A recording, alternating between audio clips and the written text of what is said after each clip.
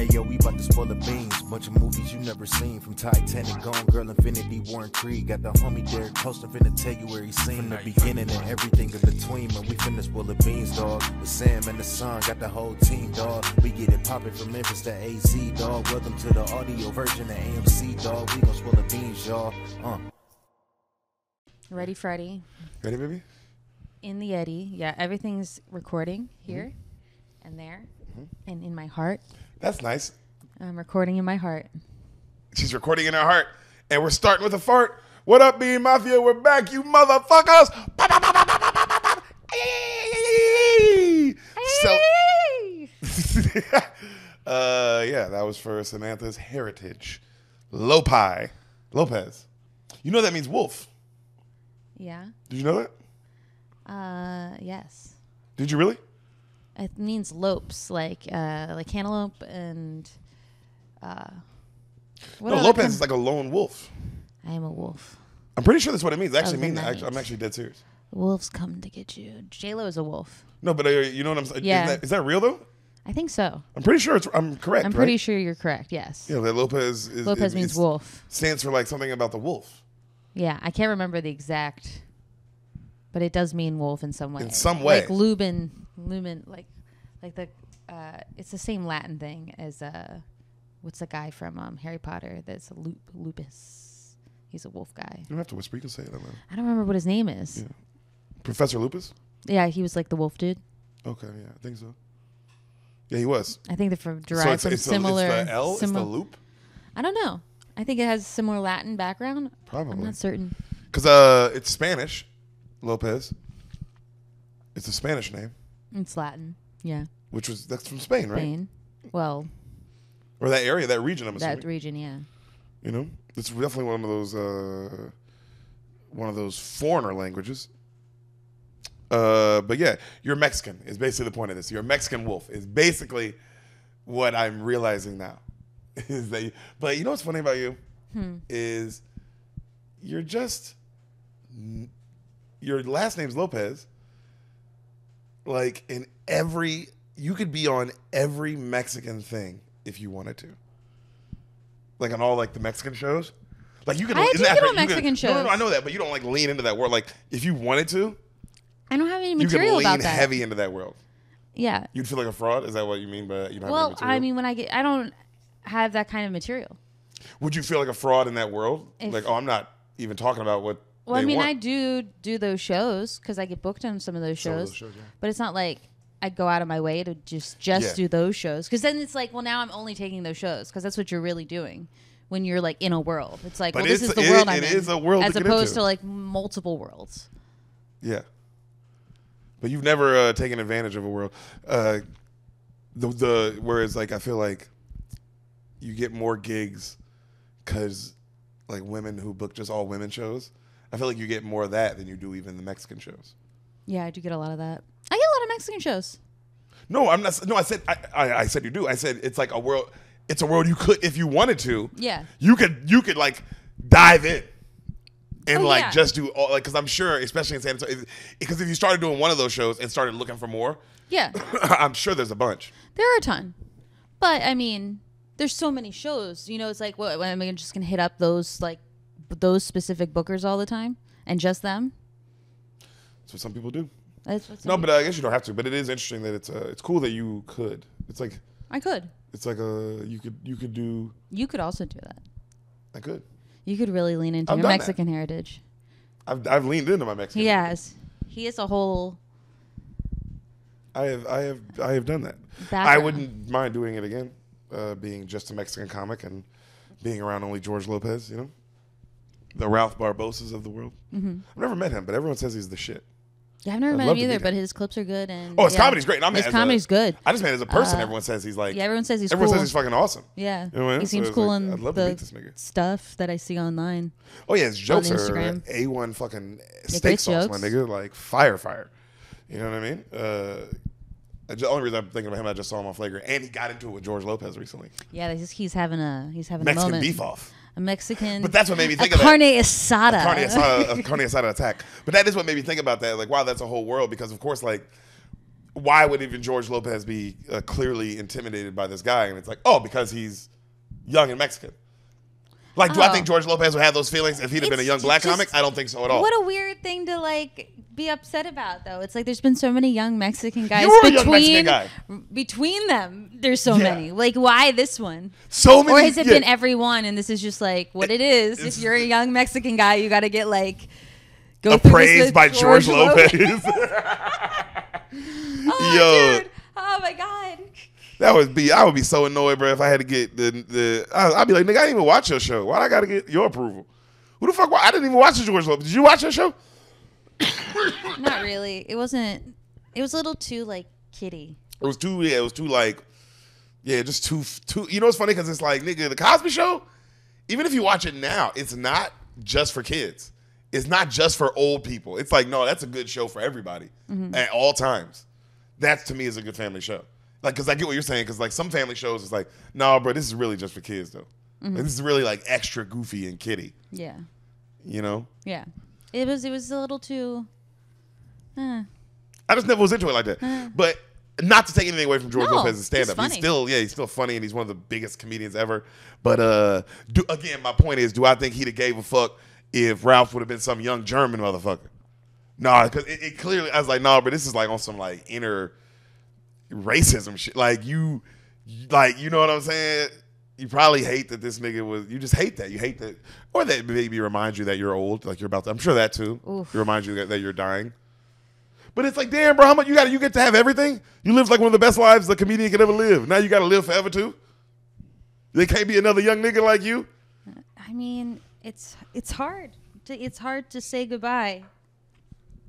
How do you say goodbye when you never want it to end? You know what's crazy? It's like it's not ending. It's not like he doesn't still kill it. No, but it is this feeling of like, I mean, you never get to do that again. You never get to do what Ralph's going through right now. This like this come up, this like you don't get to do it again. Yeah. George Lopez could just be George Lopez now. You are who you are now. Yeah. You've established that. You're seeing this guy get to experience establishing himself, which I'm sure is the best part. Oh yeah, it has to be, right? It has to be like just how life is. Like, you know, how you feel like in comedy, I feel like your childhood's everything leading up to whenever you break. Yeah. And then when you break, it's like college. And it's like, oh, wow, I'm out here on my own. And then you make like a lot of mistakes, I'm sure.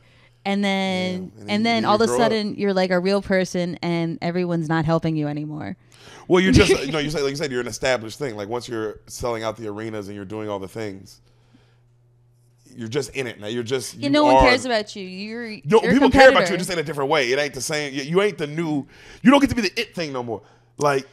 Yeah, it's like you know how in music, like the genre sort of changes based on like who the new young artists are. Yeah, like a new genre comes out of the genre you were in. Yeah, so when everyone cares about the new young comedians that are popping, because it's like, well, what is everyone into right now? Yes. That's what the old guys want to know, so that they can stay relevant. Yes. You need to know what all these why are these young guys popping?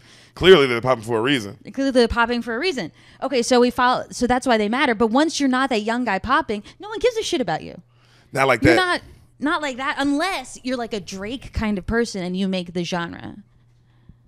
But Drake, but this is why people hate Drake. Drake, because think about this. Why do people like either love or hate him? Because he takes Kanye West, the same thing. They take that chance to actually reinvent themselves all the time. Yes. Like Drake does not look Eminem, bro. If you took a picture of Eminem when he started and a picture of Eminem now, that nigga he's the same. He's the same, except you know he's a little older, but you know what I'm saying. But he hasn't gone honestly. Like he had a hair a little different, but he's been kind of the same, and his music's been the same the whole time. And I don't mean the bad way. I love Eminem. I mean like he does what he does. Yeah. Jay-Z, he does what he does, bro. That's what he does. He does what he does. They dove deeper into what they were instead of like moving out of what they were. Yeah, and I think it's people like Drake and shit, like it's easier to make fun of him or whatever, or not like what he did because like, bro, he'll do Certified Lover Boy and then he'll do Honestly Nevermind and then he'll do this last album with 21 Savage. Those are three completely different things. Most motherfuckers don't do that, bro. J. Cole, Kendrick, Adele, like name an artist, like they do what they do. What makes Kanye is like nigga 808s and Heartbreaks sounds in College Dropout is you wouldn't even think it's the same person. To Yeezus, to Life of Pablo. It's like, what the fuck just happened? Yeah, there's so much difference. You know, and same thing from Drake, from Take Care to where we are now. You know what I'm saying? Or from Take Care to Views. You know, it's like it's a whole different thing. Not a lot of motherfuckers can do that or willing to do that. Comedians too. You know, that's why Dave Chappelle's Dave Chappelle. You know what I'm saying? Like, I think that's hard to do, to like change with time. And then for a comedian, it's really hard because your whole thing is like your perspective. So you kind of don't want to. It's supposed to be about like, you know what I mean? It's like it's hard. Comedy's just not like music all the way.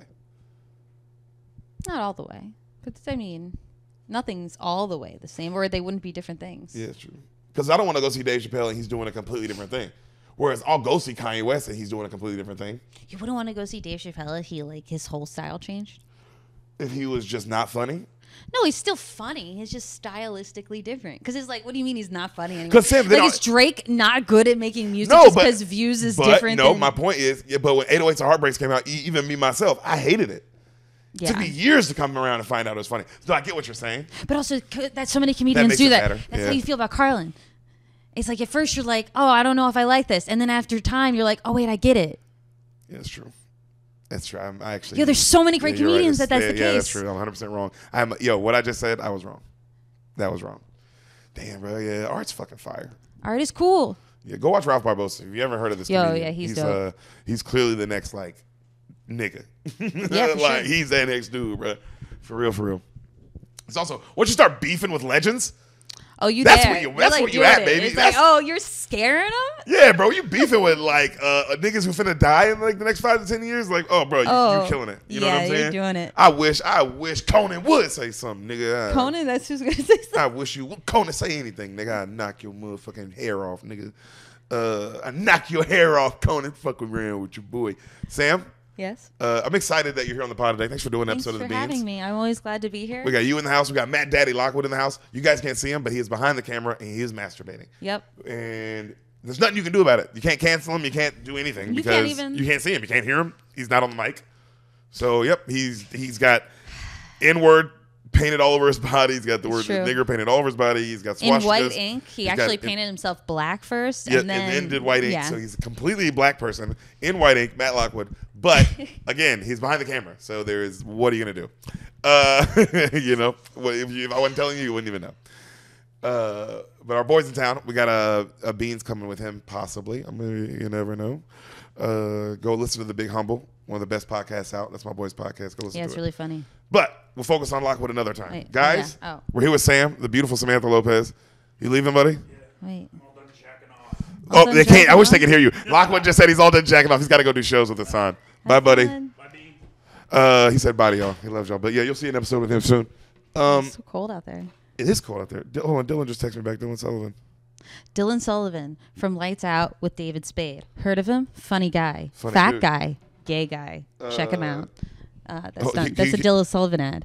Oh, who do you want me to advertise next? No one. No one? You're an insane person. I'm not insane. Honestly, Sam 'cause I have to take Lopez, Dylan back. not insane. He's giving us a ride. We're about to go do a Death Squad show at the Vulcan, and he's giving us a ride. So I'm sorry, Bean Mafia. I actually do have to answer this. It's really important. And also, it's awesome that he's giving us a ride. Dylan Sullivan, nice guy. Gives us rides. Drives a Subaru. Am I supposed to say that? If you're stalking Dylan Sullivan. So, we were supposed to start this movie immediately when we sat down, and instead we talked about Ralph Barbosa and Legends and Legends. Time. Yeah, you said to me, hey, Sam, when we sit down, we're going to immediately start the movie. We don't have time to talk about anything before. I said that. And then we sat down. And I don't know what happened. You just started talking. I didn't start it. You didn't do it, wasn't you? I wasn't even thinking about Ralph Barbosa. I was. He was just on Flagrant. I was just watching it. That's why. I actually was watching that earlier, but there were a couple other videos after that. Okay. So he literally was the last thing on my son. So I was thinking about that, and then your last name was, honestly, it wasn't even that. I wasn't thinking about him. Your last name's Lopez. Oh, yeah, I was thinking about that. Name. And then I Lopez, hated that. Why did we talk about that? Huh? Oh, I said I hated that. Why did we talk about that? Oh, because I was thinking about your last name. That's why I said it out loud. I was like, Lopez. And then it made me start thinking about George Lopez. I was like, oh, Lopez. I wonder if that's like connected. I was like, and then it has to be. And then I started thinking about the origin of it, and that's how we got to that. Oh, interesting. Hmm? And now we're here. Baby. Finally. But you want to hear the movie? Hear the movie. This movie is made for you. What you came here for. And it's made for me. They made it for Samantha Lopez. Are you ready to hear it? Are you sure I haven't seen it? I'm 1,000,000% positive you How do haven't you seen know? it. Dude, I promise you. You ready? Okay. Don't look at the screen. Movie starts. We see a black fancy car. Ooh. And you hear like a Rolls Royce type, you know what I mean? Like super fancy. Ooh. And you hear the fancy kind of music like, you know, that kind of like rich people shit. Diary of a Mad Black Woman. Oh, I haven't seen this movie. Interesting. I told Sam yesterday, I said, I'm gonna tell you the name of the movie tomorrow, and I guarantee you're gonna be like, okay, well, hold on. What's about to happen in this motherfucking movie? Okay, let's go. You ready? Yeah, I can't believe we're watching this movie. I love this movie. Yeah. I like Tyler. And I don't mean it like it's some good movie. I love it for like what it is. This was the first one. This is the first one. This is what it all what started it all. Voiceover. You hear this really fancy black woman. Fancy. Dear Diary, March 11th. My husband of 18 years this week is being honored by the city of Atlanta for his law firm. I'm so proud of him. He worked so hard. We see this fancy gala. Her husband and her husband, and she's this beautiful black actress. Here, I'll show you her face so you can... She's a beautiful black actress. That's how he describes half the people that he brings up. Oh, she's beautiful. Oh, it's either that or, oh, it's a guy. Oh, she is beautiful black actress. She really is, isn't she? It's either you say, oh, she's a beautiful black actress, or you'll say, oh, he's a guy, he's in everything. You know him if you saw him. Yo, the husband, I was about to say he's a guy, he's in everything. He's know him if you saw him. And Sam, who is this guy? Tell me. Oh, I know him. Is he not in everything? This guy's in everything, dude. It's the black guy, he's in fucking everything. Okay. Credits are rolling as they're going through this big fancy gala, like everyone honoring him. All the women and all the men are eyeing this guy. He's clearly the man. Okay? You hear the voiceover. To look at us, we have it all together. But looks are deceiving. Some days he looks at me. I think he loves me. Others, I think he doesn't even care. Cut back to them at the party. They're all happy. They're the life of the party. Mm-hmm. You know what I mean? You see him giving the speech later at the big event. And you hear the voiceover, though, as he's talking. He is so into appearances. What looks one way is always totally different. Back to the speech. And he's like, and I just want to thank the most important person in this room, my wife, Helen, of 18 years. And everyone's like, oh, and everyone claps. And she's like, she blows a kiss at him. Back to the party, like you see them dancing and shit. I don't know the stranger I sit next to. I just know with every dime, every case, he has changed. Sam, how you feeling? This is not what I expected. This is not what you expected, huh? This is not how I thought it would start. I'm confused. A Madea movie? You're like, wait, when is Madea coming? I've seen the previews for these. You ready? They pull up at the house at the end of the party. Sam, it's not a house. It's not even a mansion. It's not. It's an estate. It's Wayne Manor. No, but you feel what I'm saying, though? Yeah, I know what you're saying. It's like, it ain't a regular house food. No. So it's like, oh, he's like a billionaire. Yeah. He's like rich like that. They have dogs? No, they're just pulling up to like the front. And they stop, and he looks at her, and then she goes, Charles, how about I go upstairs and run us a hot bath? And he goes, I have to go to the office. And she's like, oh, who is she, Charles? And he's like, when you get a job, when you pay a bill, you can ask me a question. Charles, I'm your wife. That's cute. Charles, I don't want to fight. This is your night. I know that. Just tell me what I need to do, and I'll do it. I just want to make you happy. Just tell me what you need. What, you want to know what I really need you to do? Yes. Boop. The door opens. I need you to get the hell out of my car. Whoa. So she gets out. It's so funny. I don't know why I laugh so hard. She got out so broken. I've never seen a woman's feelings hurt so much in my life. A beautiful black actress? Yeah, just destroyed. Destroyed, Sam. No, why would he do that to her? Oh, he's so mean. He's so mean. The next morning she wakes. Huh? He's changed. He has changed with every dime. Every dime. The next morning she wakes in this palace. No husband there. The voiceover. What a way to start our anniversary. Oh. Why do I love this man so much? Maybe I need to stop thinking about how good things used to be, and I'll find the strength to leave.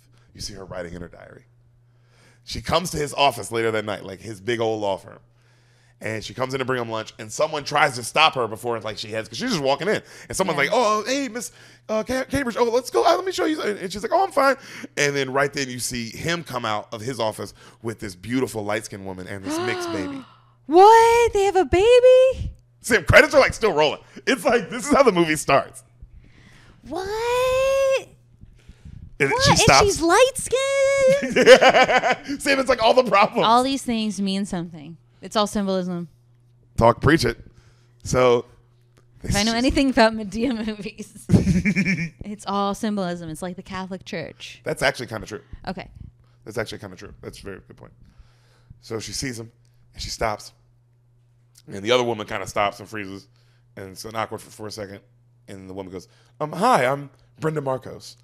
And she goes, and then the lady goes, I got to go. Bye, Charles. And then she just walks away, right? And then you see Helen goes, Charles, is that her? Charles doesn't say anything.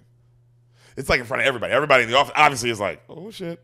Also, everyone in the office, you can tell, is like, ooh, this has been clearly going to happen at some point. Yeah, well, say they all knew. Yeah. Oh. And she goes, don't play games. Is that her? And he grabs the lunch that she brought him. Thank you. I'll see you at home. What? And he turns around. And then everyone just goes back to work, obviously. Yo, who is this guy? He's Charles. Charles. She gets home. There's a super hot, light-skinned guy there. Okay? And he is boxing up all her shit and putting it in a U-Haul. Oh, shit. Okay? And he's a light-skinned guy? Yeah. Whoa, that means something, too. He's super hot. And he's hot. That's important. And she goes... Oh, should we... But he's a famous guy, too. He's a famous guy? Yeah. Also, the Charles in the picture he showed me, he was a dark-skinned guy. Dark-skinned brother. So, is this all symbolism in the world of Tyler Perry? I don't know. Oh, I've seen that guy. That guy's in everything. Shamir Moore. He's on like CSI guy. and stuff, he's right? He's like super everything. famous. He's like really attractive. He's very good. He's very good looking. Yeah, he's. So he's the main. He's the other guy. Because what, this movie's like 20 years old, right? Yeah, this is the beginning of his career. Yeah, and he still looks exactly like that. Just like that. He looks just like that. I think he's bald now. Like, in this, he has braids. No, he doesn't. He's not bald. He has like a really tight fade. He just has a tight fade. I'm thinking of a different guy. But they're both. Yeah, but he's on one of those. He's on one of those cop shows. I thought he was bald now, but maybe you I'm know tripping. And I might be thinking of another guy who also looks similar to him, who's also on a cop show. There's two of them, and they're on top shows. Yeah. But they're both really good looking. They're both really good looking. They're both really. And they're both like 50. And they're both light skinned. And they are light. I think the other guy might be like. But one has a Hispanic. shortcut now. You're right. One is bald like now. Yeah. And we have to pull. I don't know the other one's name. I think the other guy is actually Hispanic. I don't think he's black. If I'm actually. I think his last name's Lopez. I think so too. Okay. So he's boxing up all her shit in the U-Haul. Okay. Okay. And she's like, "Excuse me, what are you doing?" And he's like, "I'm working." And she's like, "What?" She's like, "Yeah, a man paid me to load all this stuff right here out in these boxes into a truck, and that's what I'm doing." And he's not like. And she's like, "Oh, excuse me, yada yada." And she runs in the house, and she's like, "Christina, the maid." And the maid comes up. She's like, "Ma'am." She's like, all my clothes are being taken away. What's going on? And she goes, "Yes, and all these clothes are here." And then like she's putting in like. We're talking about these are like Mariah Carey. Remember Mariah Carey's cribs? Yeah. It's like that. It's like one of those kind of just wow. gowns and gowns, right? Of closets, and it's like rooms of closets and gowns. And she gets all excited. She's like, and the maid is like, "I wish I have a man do this for me." Like, and she's like, and she puts on one of the nice dresses. And she drinks wine, and she's all happy. Sam, your face. It's not for her. Why would she think it's for her? The whole story is everything's getting worse. Why would all of a sudden it go from worst to the best? You know what's crazy? I've never been in a relationship like this, but I have been in, you know me, I've been this other guy before. I've been the other guy. And it's crazy because you said that. You said, how do you think it can go from worst to best? And I'm like, damn, how did I think that? It's so easy to think that. Like, it's easy to think. I mean, I see it now that I'm out of it. I'm like, but man, when you're in it, you don't see it. You really don't see it. It's crazy because it's not like it would make sense if it went from worse to better. But you expected the absolute Worst to the best possible situation. To like back to y'all's like honeymoon night. What? Why would that happen? Yeah, girl, I mean, yeah, dude, you're right. Oh, God, this life's hard. And also, if it did, what the hell do you do? If it was all for her, what is he up to? Yeah, you trust it? So, you know, he walks in. She goes, "Happy anniversary, Charles." She runs up and he's like got a serious face. She's like, she gives him a gift. He goes, "I have to tell you something." She cuts him off. She's like, "Charles, oh my God, I got all this gown and it's a little not my size, but I almost thought you forgot. And oh my God, the clothes, all of it, Charles, I loved it." He goes, "Helen," and she's like, "Honey, you notice how I keep interrupting you? It's because I just want to have a good night. Please, let's just have one good night." Right then, the other woman walks in. "Helen, I need to tell you something." "Why is she here, Charles?" "I asked her to come." You hear the other woman go, "Is she wearing the dress I picked up earlier today?" You know what's funny about this movie? As soon as you want to say it is, certain things stick with you. That line always stuck with me of like, man, that's a fucked up thing to say. That's a fucked up thing to say. Is she wearing the dress?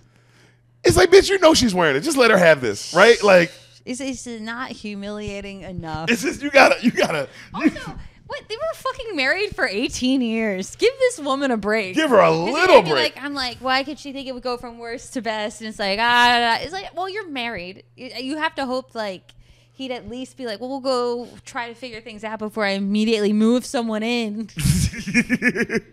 Or I'd like at least completely break up. Like, make sure you knew it was over before I move someone. When were you going to tell her? Tonight, on your anniversary. It's the meanest way to do it. What's the meanest? Like, why is this guy such like an animal? Yo, Why would he act this way? This is irrationally mean. Sam, this is the crazy part. We are in the beginning. You remember I told you you're going to love this movie? Yeah. Sam, the credits just stopped rolling. We are in the first 5 minutes of this. Why is this the beginning of the movie? Is this how she becomes mad? And black. Oh my God. I told you were going to love this movie. Sam, they made this movie for you, bro, where you're like, yo. She spins around and she's Tyler Perry. Sam, imagine, put yourself, this makes it even better. Imagine you're in a hotel room somewhere and this is just on. How much, now you're really locked in. You know what I mean? Oh, Where it's I'm like, already locked in, Deric. Because at first I was all like, oh, the symbolism. I know about and now you're like, oh, this is a movie. I'm like, what is happening? It's starting like this? This is wild. Sam, you know what this feels like? It's the beginning of the Beauty and the believe it. Beast when the old lady casts the curse. You know, like it's Yes. like wow, you just like really laid on like the deepest story, and then you're like, okay, that's not even the movie. No, it has nothing to do with anything, really. We'll get back to that later. We'll get back to that in the last 5 minutes. Yeah, this is because you're right. It's like, yo, this guy's so mean. Of course she's a mad black woman. This is the meanest. This is crazy how mean he is. Okay. I'm surprised she doesn't kill herself. Okay, here we go. Let's watch this movie. Okay, let's You watch sit the back movie. And you relax. The credits are done finally. So he goes, "There's no easy way to say this, Helen, but this marriage is over." "Charles!" "Helen, I haven't touched you in a year. I haven't been happy for years. 18 years and you do me like this. What am I going to do without you, Charles? What will I do?" "You're a bright girl. You figure it out." She kind of falls. She drops to her knees. "Charles, please. Please don't do this." And the other woman goes, "Oh, God, tell me you're not one of these begging sisters." Sisters? What? Who is this lady, right? What? That probably would have snapped me out of my husband leaving me. I'd have been like, Who talks like "What this? the fuck did you just say to me?" Begging? You know what? Now I'm mad at you. I wasn't mad at you, but now I am. So, Charles goes, "Shut up, woman. Let me handle this." She goes, Whoa. "Charles, you're not leaving me." He's not even good to his new lady? No. Why would he be? Yeah. What? Also, any kind of woman who's leaving, like, it's like you watch this happening. You're like, oh, this guy, I'm with the devil, I think. She goes, "Charles, you're not leaving me." He goes, "No, I'm not. You are. I hired that man outside to take you wherever you want to go." She goes, "Charles, please." And he goes, "I can't keep treating her like this," pointing at the other woman. "And my children, not seeing their daddy every night. Could you imagine?" She almost like throws up. Like she's like almost throws up. She falls over. She's actually a really good actress. She goes, "Children?" He goes, "Yeah, 2 boys, and they need me." "Charles, it's me. How can you say this to me?" "Goodbye, Helen. Now be a lady and leave quietly." What world is this? The mad black woman world. I just don't understand. What? Who is this guy? Who? What is it? Okay. No. Helen, get out before I lose my temper. No! I'm not leaving! Oh, you're not leaving. Snatches her. No! Sam, the scariest music in the world starts playing, like, dun, dun, dun, dun, like just horror music, right? Oh my God. And he's just dragging her. She's kicking and breaking stuff. No! No, this is my house. No! Get up right now. You fucking get up. No! You see the hot guy outside watching, like, what the fuck? He throws her out, slams the door. Charles! Charles! Oh! And the guy at the U-Haul's like, what the hell did I get myself into? He says that? Or, He says that. He's handsome. Yeah. Sam, what? Also, that's not a crazy thing to say in that moment. Yeah. You would be like, oh, Jesus Christ. Okay. This guy offered me all this money. Because in your head, you're like, somebody's like, hey, all this money just to drive this one U-Haul one place? Okay. Oh, dude, hell, this billionaire all day. And then you're watching this happen. And you're like, oh, Jesus Christ. Oh, Jesus Christ. Why am I involved in this? So she's in the U-Haul. She's crying. They're driving. It's quiet. Finally, he goes, man, we've been going for hours. And now I have another job I got to get to by 12. There has to be somewhere I can take you. Where? He alienated me from my family. He made me put my mother in a home. I have no place to go. Well, ma'am, I have to get to work, so we're going to have to do something. Just stop the truck. Ma'am, I'm not going to stop. Stop it! Ma'am, I'm not. Oh, you men are the same. You just care about yourself. Get out! Get out of that car! And he's like, yo, Jesus Christ. And he stops, and he goes, nah, see, why you going through what you going through, lady? Fuck you! And she drives off. All right? She leaves him in the middle of nowhere. Uh-huh. Sam, is that not a meet cute or what? That was a meet cute? I mean, I assume so. He's in the lead of this. He's the other lead of this movie. He's the other lead of the movie? So she pulls up to a house. She bangs on a door. Someone answers. You see someone walking up like a figure walking up with a gun. And you're, I ain't got know what y'all be doing up in here, girl. What you doing up in this late? What the hell? And she's like, Madea, don't shoot. Madea, don't shoot. She goes, girl, you know I always open the door late, girl. Hello. With a gun. And she goes, it's me, Madea. She goes, girl, why you here this late? She goes, I was in the neighborhood. I thought I would say hi. Girl, you live in a mansion. What the hell are you doing over here all this stuff? What you on that stuff? Girl, you on that stuff. And she goes, no, Madea, no, I just missed you is all. Well, miss me in the daylight, girl. What the hell's wrong with you? I'll see you in the morning. She closes the door. Madea, please. Please. You see Madea stop. Tyler Perry can act. You know he can actually act. You've seen him in Gone Girl. He can actually act. He's so great. when he does turn it on, he cuts amazing. it on. He stops. Also, like, this is the most riveting story I've ever heard. Of course. He looks at her. And he's like, She looks at her. Come on, girl. Get in here. Get on in here. And you hear a guy yelling, who you letting in the house? Shut up, Joe. Go back to sleep. Lights go out. She wakes up in the morning on the couch. She's still got her beautiful gown on, like all these diamonds. You know what I mean? Like, Sam. And she's on this like shitty kind of couch in the hood. Mm-hmm. And we see the Joe dude, whoever the Joe is, it's Medea's older brother, like younger brother. Mm-hmm. And it's just Tyler Perry in an old man outfit. Amazing. Okay. And he goes, Hoppo, who that woman? And then she goes, Joe, go ahead and take your medicine. And he goes, hell no. And then Madea pulls out her gun and she shoots it in the air. And he's like, oh, girl. And then our girl wake up, right? Mm-hmm. You see her change clothes and like she's still dressed all fancy because all the clothes she does have is just like super fancy shit. Yeah. And we see Madea, like, you see Madea feeding this other girl who's clearly a crackhead. Sam, like, clearly a crackhead. And Helen walks down and the girl turns and she's like, hi, Helen. And Helen's like, Deborah? She goes, yeah, girl. You're not going to hug me? And she's like, oh, yeah, of course. And she hugs her. She goes, how you doing? And she's like, I'm fine. You look good.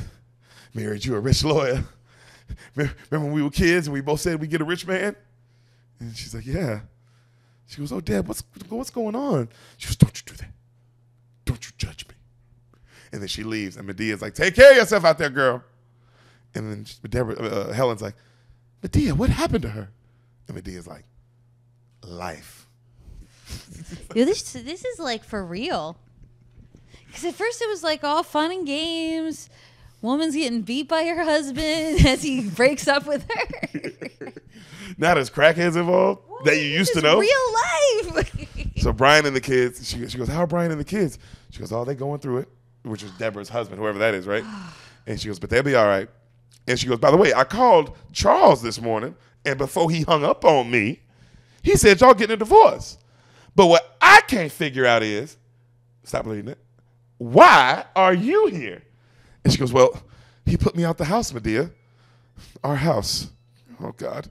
And then she goes, how the hell he going to put you out the house? She goes, maybe he can put you out half the house. You can be like, okay, you can put me out this side of the house, but I'm going to go to this side, but he can't put you out the whole house. She goes, Madea, it's in his name.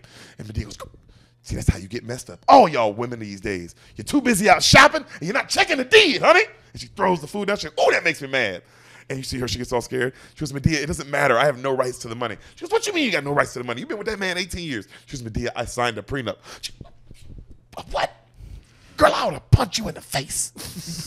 That line did make me laugh. And she goes, what? Why? She goes, why would you sign a prenup? She goes, because well, Charles always knew he was going to be successful, and he wanted to know that I really loved him back then. And she goes, Ugh. I know, right? Oh, my God. He wasn't even successful yet, and he made you sign a prenup? And you're like, this is a good sign. Some women want to be married really bad, bro. You know that too, bro. Some people want to get married real bad. And she goes, what'd you do all that time while he was working? She goes, I did everything. I cooked, I cleaned, I took care of him. And she goes, how long, honey? 18 years? She goes, okay, well, let's see how much he owe you. She goes, she grabs like a big old calculator, right? Mm-hmm. And she goes, 18 years of cooking, cleaning, sex. Wait, was it good? And she goes, no. Major deduction. And then she goes, oh, Madea, and then I forgot to mention that he hit me. And Madea goes, oh, he. Like she starts like typing like this, right? And then she goes, girl, that man owe you $64,9,020,82. Let's go get your money. And then she goes, that's never gonna happen. She goes, oh, what you mean? And she goes, he's never gonna have this. And she goes, well, come on, we leaving right now. She goes, where are we going? She goes, the house. She goes, the guard will never let us in. She goes, honey, I said, come on. Cut to you see them smashing through the gate. The guard like calling the like, you know what I mean? Like, what the fuck? They go into the house. They go up into the closet. It's all this new stuff. She goes, honey, get your stuff. She's like, these aren't my clothes. She goes, they're her clothes. She goes, girl, get your stuff. So they start getting shit. And Madea starts looking at stuff and like starts like ripping some of it. Right? She goes, Madea, don't do that. She goes, girl, this man left you for a floozy? And you see her eyes kind of like realize it. Like, yeah, right? And then she stops and she rips the dress. And she goes, rip it. And she goes, no. She goes, rip it. And the Hella's like, rip it? Rip it. She's like, rip it. And she rips it. And she's like, girl, rip it. And so they start tearing everything up. And she goes, wait, Madea, what's this going to solve? Medea's like, nothing, girl, but don't you feel better? She goes, ah! And they tear up the whole house. Wow. I'm sure that would feel good. That would feel good. I did not know this was what this movie was going to be. And then they breathe for a second. And you see Madea has to sit down because she's old. She's like, I need some oxygen. Oh, girl, I need oxygen. She goes, Madea, all right, you sit right here. I'm going to go to the office and grab some important things. I'll be back. She goes, girl, bring me some oxygen. So she runs downstairs. And she goes through the office and she goes through a desk. And she like finds like a secret little compartment. She opens it and it's like just millions, just cash, right? She starts grabbing stacks. And then in it is a picture of them when they were really young. Oh, wow. And she's like, oh. And she looks up and he's just staring at her. Of course he is. What are you doing here? He's a bad guy. What are you doing here? The villain. She goes, no, Charles, are you stealing from me? No, Charles, how the hell did you get in here? I changed the locks. Charles, please calm down. Right then you see Madea upstairs and that woman comes upstairs. What are you doing in there? I'm the owner of this house. Get out of my house. Wrong answer. My granddaughter is still technically the owner of this house. You the hoe. I'm calling the police. I ain't scared of no popo. Call the popo. Call the popo, hoe. Cut back to you see downstairs Charles like, I tried to be nice, didn't I? She goes, Charles, I'll just go. I'll just take this money and I'll go. Take the money. Take the money and go. And he snatches her again, right? And then you hear upstairs, she goes, I'm going to call the police and they'll be here in 10 minutes. And Madea gets up. She goes, well, that gives me 9 minutes to whoop your ass. Come on, girl. And she starts taking off her earrings. Oh, and she took off her earrings. Downstairs, Madea hears like screaming. And she goes, oh, hell no. And she grabs her fucking purse and she throws the other lady out the way and she runs downstairs and Charles has her snatched up. He's like, Helen, you know what I'll do to you? Huh? And then Madea busts through the door, gun in his face, goes, please do it. Hit her. Hit her. I want you to hit her. Hit her. Please do it. Hit her. And she goes, don't you hurt my husband. She goes, oh, I'm not going to hurt your husband. I'm going to kill this motherfucker. Hit her. Which I'm sure in the theater, could you imagine all the black women? Probably hit so hard. I'm sure every woman, oh, she's going to kill him. Yo, but I mean, if you've been hit before, I'm sure I couldn't imagine. But dude, men are big. Men are big. Why y'all so big? We be big, bro. Y'all are little as fuck. That's crazy to hit one of y'all. Yeah. Y'all are like really tiny cool. people. It's like insanely not cool. It's not cool. You shouldn't hit anyone. Right then, finally, she goes, stop, Charles. I don't deserve this. I'm a good woman, and you will reap what you sow. You keep your money. She throws all the money down, right? And Madea goes, girl. And she picks up some of the money. She goes, this is half your money. Don't you forget that now. She's picking up money. And then she goes, by the way, everything, half of everything belonged to you. And Charles is like, get the hell out of my house. None of this belongs to her. And she goes, no. Half of this belongs to her. So you tell me which half you want. And then you see Madea run downstairs, right? And like, what is she doing? And you hear, yang, she gets a chainsaw. And she's like, now which half you want? And she saws everything in half. Nice. Cut to, they get arrested. They go to court. We see Madea and Helen in the court. And it's like one of the famous, I forgot what her name is. It's like the famous black judge who had like a show, a woman. If you saw her, you'd be like, oh, her. Like, there was like Judge Mathis and Judge Judy. The era of judges. Remember that? There was an era of judges that were famous. Yeah. I can't remember. She was a dark-skinned woman. She was really good. She was funny. But she recognizes Madea, yada, yada. And they go, where's your lawyer? And they go, oh, here comes our lawyer now. And their lawyer is Tyler Perry, but it's just himself. Nice. He's the Brian guy. And, she gets the one girl, Helen, off. He gets Helen off, and he gets Madea just house arrest. Mm-hmm. Okay? So back in Madea, you see her having a huge barbecue at the house, and Tyler Perry, the lawyer, shows up, right, with his kids, these two little kids, and he sees Helen. He's like, Helen, and she's like, they hug. And then Helen goes, so I saw Deborah. And you see him get all serious, and she's like, I didn't know it was so bad. He's like, yeah. Charles, she goes, it was really weird. She goes, yeah, Deborah took it hard when you left. It was just kind of crazy to blame her crackheadness, like, on me leaving, but whatever. And she goes, yeah, Charles wanted us to remove everything from the past. And then she goes, Brian, I hate to ask you this, but is it possible you can handle my divorce? And he goes, you don't even have to ask. Of course, your family. And she's like, oh, thank you. She goes, I always thought God would bless me in my marriage, but I'm realizing like what men are, and how, she starts complaining about like how men can't really love, and that's what she's learning, and no man can love with the capacity that a woman can love, and all this stuff. And he's looking at her, and he goes, okay, yeah, I mean, I'm gonna have to vehemently disagree with you on that one. She goes, what do you mean? He goes, Helen, the mother of my kids is a junkie, and I still love her so much I don't even know what to do. Now that's some real love right there, boy, where you're like, yo, I don't know what that nigga going through. It's crazy that she's a junkie and like her husband's like a lawyer and also successful. Yeah. We'll get to that. Sam was not expecting all this. Sam, you know why this is like this? This was originally a play. Well, yeah, I know it was a play. I'm sorry. But I didn't realize it was so serious because it's always, all the sequels seem silly. Yeah. That's true. They do like when it's like Madea goes to the Alpine, Madea goes to Mount Everest and shit. Yeah, you're like, well, you don't think it's gonna have that much depth in it. I understand. Mm-hmm. So, he's like, look at my daughter. She wants to sing just like her mom, but I won't let her. I'm not gonna let her end up like her mom did. Ooh. And then Helen's like, oh, that's not how that's gonna happen. Like, just because her mom's on drugs doesn't mean it will happen to her. And he's like, oh, I don't know. Right then, you see that hot guy show up. Oh, hot guy. And he's friends with Brian. And Brian's like, yo, you came, brother. Thank you. And he's like, Orlando, hey, this is my cousin Helen. Helen, this is Orlando. And they stare at each other like, and he's like, something going on I don't know about. He's like, yo, this is the crazy woman I told you about who threw me out my car. He goes, oh, that crazy bitch. That was my cousin. Oh. And then they start arguing, right? Yada, yada. They're going back and forth. And he goes, wow, you are just another bitter black woman. And she goes, excuse me.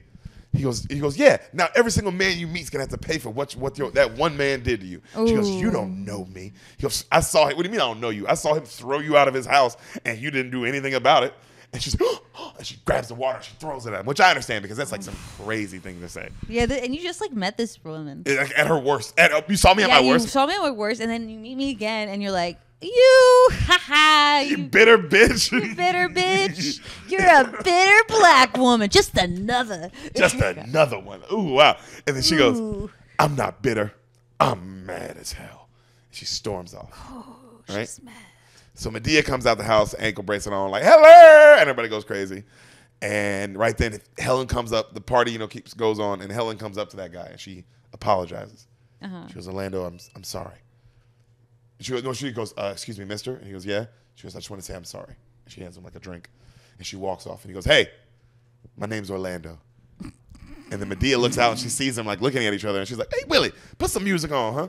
And then she's like, everybody, all right, Helen, come on, young man. Everybody go dance now. Everybody get up. And they cut on Marvin Gaye. Everyone starts doing the electric slide. It's a black movie, Sam. And they did the electric slide to Marvin Gaye? It's like, no, I mean, you know what song was it? Dancing, it's all right. Dancing, get up, grooving. It's like one of those. Dancing, yeah. Not that one. Not I don't know what you're doing. It's a different song. If I played it, you'd be like, oh. Dancing. It's all right. Dancing, it's all right. Oh, yeah, I know what you're saying. Get up on the deck when you're grooving. So everyone's all happy. Everyone's dancing. You hear the voiceover. March 19th. Dear diary. I look at my family having fun, laughing, while I'm screaming on the inside for help. How do I get to that place? How? Back at the Mansion, you see Charles gets awakened late in the night with a call. Yo, this is Jameson, Charles. I need to talk. I got a situation. So you see Charles meet some guy, like right somewhere, and he's like, yo, it went bad. He goes, what do you mean it went bad? I shot an undercover cop.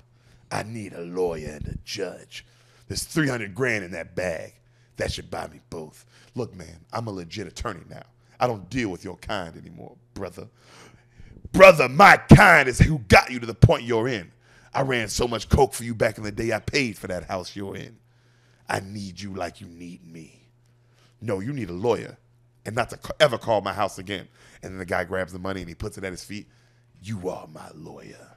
And he walks off, right? Sam, how much this all comes into play, you won't believe. Oh, my gosh. Next day. It seems important. Madea tells Helen, all right, now, Helen, you know I love you, sweetheart, but if you're going to be here, you're going to have to get a job, which is very fair. The woman's like fucking 40. And she's like, Madea, I don't know how to do anything. And then you see the Joe dude be like, girl, you have to do something. You want me to introduce you to Harvey? And he's like, Joe, the girl ain't finna be out here selling dope, all right? Now, baby, here, you're going to take this paper and you're going to find a job. And Joe's like, and an apartment. All right? You ain't going to just be staying there all the time. Oh, shut up, Joe. This ain't Roots.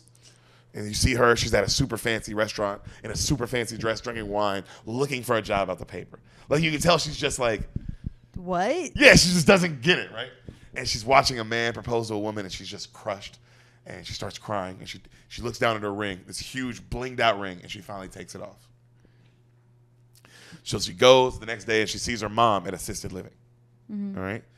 And you see this old black woman, and the mom says something about like, girl, they came in here the other day talking about something about my bill not being paid. And then she goes, oh, yeah, I'll talk to Charles about it. She goes, Charles ain't going to pay that. You know he don't care about me. I talked to Madea. I know what's going on in your life, sweetie. Ooh. And she goes, Mom, I'm losing my mind, Mom. He hurt me so bad. He was my everything. Girl, God is your everything. Don't you know he's a jealous God? He don't want no man before him. That's a thing people say, by the way, guys. He's a jealous God. Crazy. She goes, Mom, I don't know how to pick up the pieces to my life anymore. She goes, Lord have mercy. Honey, when I had you, I was 39. I didn't expect no children. Then here come you, this beautiful bundle of joy that God done put in my life, and I sheltered you too much, and that's my fault. Now you got to be grown. And you got to stand on your own 2 feet. Oh, Mama, I'm not strong like you. Sure you are. I like this line. She goes, God gave women the gift to survive. You just ain't tapped into yours yet. She starts crying. She's like, come here. She's hugging her mom. She's like, that's okay. Let it go, sweetie. It's okay to shed tears. Tears cleanse the soul. Now, you need to stop thinking about what you lost and think about what you got to gain. A new life right in front of you, baby. You just reach out and you grab it. How do I do that, mama? You just ask God to help you. That's all. Bro, how come old black women are like the best? I know. I feel like You needed to hear that? I need to hear that. You're right. So cut to, we hear like gospel music start playing, like just Kirk Franklin immediately, you know? Dear Diary, April 18th. Every day I wake up and I try to take my mom's advice. Most days I don't want to get out of bed, but I do. We see her, she's working as a waitress. A good thing about being this low is there's nowhere to go but up. She's at work and you see the Orlando dude, he's there at the restaurant. She's, you know, and she sees him and she's like, he's like, whoa, easy, easy. A man has a right to eat, right? She's like, what do you want? And he orders something. And then he looks at her and he goes, I like your new haircut. And she has like a shorter cut now. It's like curly. And she's like, thank you. And she tries to walk away all pissed. And then she like looks in the mirror and she's like, you know? April 25th, she's at church. Today was a bad day. I came to church so angry. I think about all the blood, sweat, and tears I put into this marriage, and I hate him. I hate him. I'm sure that's probably a real feeling. Yeah. 18 years? That's a long You're time. not just getting over that. They had no kids in that time. We'll get to this. Oh, Sam, we'll get to this. You think Charles wasn't maybe a little, did some things? Well, we know he had those 2 sons. Exactly. So we see Charles talking to his client, and the client's pissed. He's like, you know, they get into an argument, yada, yada, and he's like, yo, I'm doing all I can for you, brother. And the guy threatens him. He's like, hey, I paid you a lot of money, so you better get it done or else. And he's like, yo, don't threaten me. He's like, don't let this suit fool you, brother. I do not take kindly to threats. And he's like, and I don't make idle threats, Mr. Carter. I better get off. And you see the dude walk off, right? May 12th. Dear Diary, I'm beginning to find my way. It's been close to 3 months. Every day gets a little easier. I still battles Charles in court all the time, but I don't give it that much energy anymore. You see her at work with the late night shift, and she's like laughing with her other coworkers, and like, you know, they're like, you know, that late night just drinking, and which is actually, if you've ever worked at a place like a restaurant or any kind of place, That's actually really fun. That's the most fun every night. The camaraderie. That camaraderie at the end of the night, and everybody has their shifty, and it's just, and you're shitting on all the people that came in, and talk, like, and just all the things that happened during the day, and your manager. Oh, bro, it's the best. This is a good feeling. I find myself smiling and laughing more than I ever had. That's it. I'm finding myself. Sam, I know you love this. Look at Sam, she's like, but she loves this. She leaves work in the rain. She's waiting for the bus. A truck pulls up. It's Orlando. Of course it's Orlando. It's always Orlando.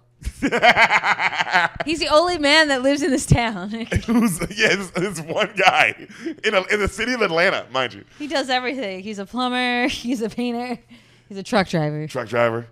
First. He goes, hey, sorry, but Brian asked me to pick you up tonight. She's like, no, thanks. I'll just take the bus. Man, the bus isn't coming for a while. It's raining really hard. She's like, I'll be fine. Woman, why are you being so mean? Well, why are you being so nice, man? Look, come on. This makes no sense. I'll take you straight home, wherever you want. She's like, you want to take me straight home? Just get in the truck. She gets in. They drive, and it's quiet. And he's like, you know, I'm kind of hungry. You want to stop and have some dinner with me, if you wouldn't mind? She's like, I have food at home. He goes, okay.